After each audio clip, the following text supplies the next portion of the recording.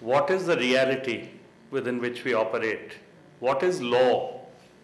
What is auditing? And where do these various things fit in? Because if they were not a democracy, this tremendous challenge of a feudal structure hundreds of years old, juxtaposed on a colonial structure that has ruled India for so long, could not have been challenged. And it could not have been challenged except for the innovation of the people there. The Rajputs who you saw, who had pocketed not one but two Indira Awas houses for himself and the community center within his own home. Nobody could have spoken to him. But yet people, and that's what Aruna was trying to say, have got out that powerful, creative, innovative method of being able to challenge power and take that power on. And that challenge is what faces us when we look at higher education, because it's the higher education people who are going to go and rule or occupy centers of power, which challenges us when we look at these concepts of democracy. Because again, in the concepts of democracy, the questions are, where are those real democratic spaces and how can they be used? And it is actually people at the bottom end of the rung who have used it in the manner that they have. And they brought it together to produce one of the most powerful laws in the world. Because if it had not been for this experience, this is an experience before the right to information law even came into being and was conceived as a law. If it weren't for this experience, you would not have had those very, very many powerful sections in the law that Aruna talked about. And now that we've been given this law, what are the challenges that the rest of us face when we go through an education system as planners? Those are the things I'll go through, again remind you of what Aruna said, and go through 4 or 5 things in the National Rural Employment Guarantee Act. Section 4 gives us an opportunity to turn around governance, but we haven't done it. It's been there since 2005. Any planner or any bureaucrat can put every single thing out in a manner in which people have been ruled in this country will turn around, but no one has done it. And that's the kind of challenge. We may do it on a computer, but it's not on a computer that it needs to be done. The clause in the act that says you're on the same ground as an elected representative, an MLA or an MP, really allows you not just to question or dish out information as a planner, but allows you to empower people so that even what the MLA and the MP is not doing in Parliament, but those who are interested in, you can get them to do, but it's not being done.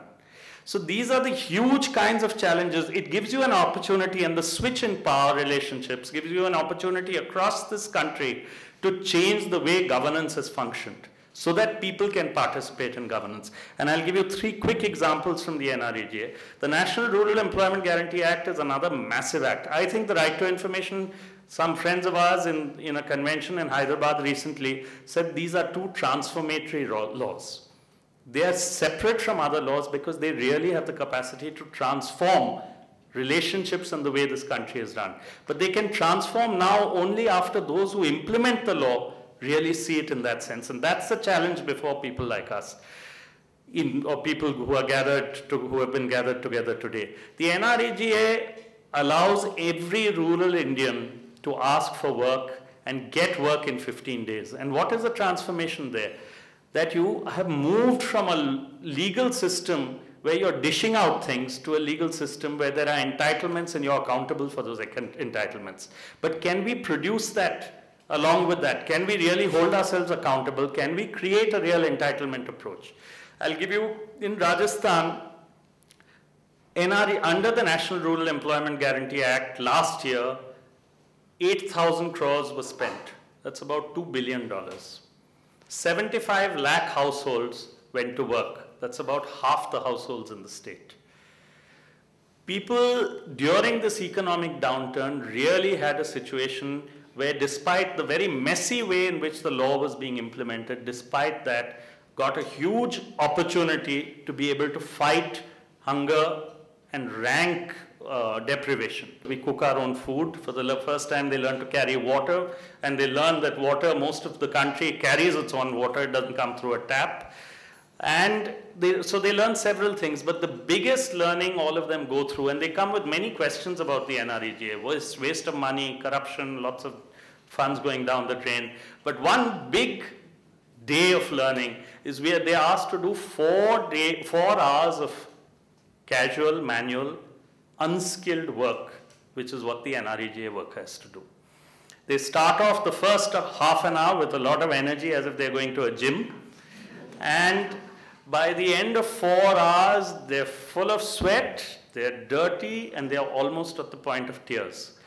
But at the end of that, almost across the board, they all say that this is the biggest learning we've ever had. This is not unskilled work. This is not work actually we can do. This is a wage that, these are all the statements. This is a wage, they deserve much more. And this is something that is productive work. And so many of them have gone back and told the other workers who were with them that, please, why don't you learn computers? You can earn so much more instead of doing this. But they write back to us that we will never look at a laborer the same way again. The bottom line is that. The bottom line is that as administrators, as people who've gone through an education system, as people who are learning at the cost of others, in a sense, because we are being put through this education system, can we at least recognize through the eyes of the people with whom we are dealing and whose lives we are dealing with, can we recognize that at that level?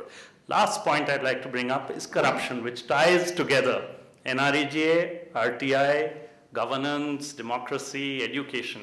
This country, of course, deserves PhDs in corruption across the board. But there are people out there who are really finding ways and means to use corruption as a battle against exploitation. Because for them, corruption really means the difference between their rations, between their medicines at the shop, between their education system. And what the right to information has given us an opportunity to do, and what we've seen in Rajasthan, and which Aruna talked about finally, is that by people saying, we will check, we will audit, we will see every single act of governance that is done, they have pointed out at great risk to their own lives and done everything that is conceivable, in a sense, to protect the core values of that particular law. The point is that on our end, again, as an education system and as a system of administrators, do we have the capacities to be able to say that once this is pointed out, once the work is done, the dirty work in a sense, the difficult work, the threatening work is done by someone else, do we have that same level of commitment to be able to meet them? Otherwise, all that we do is of no value.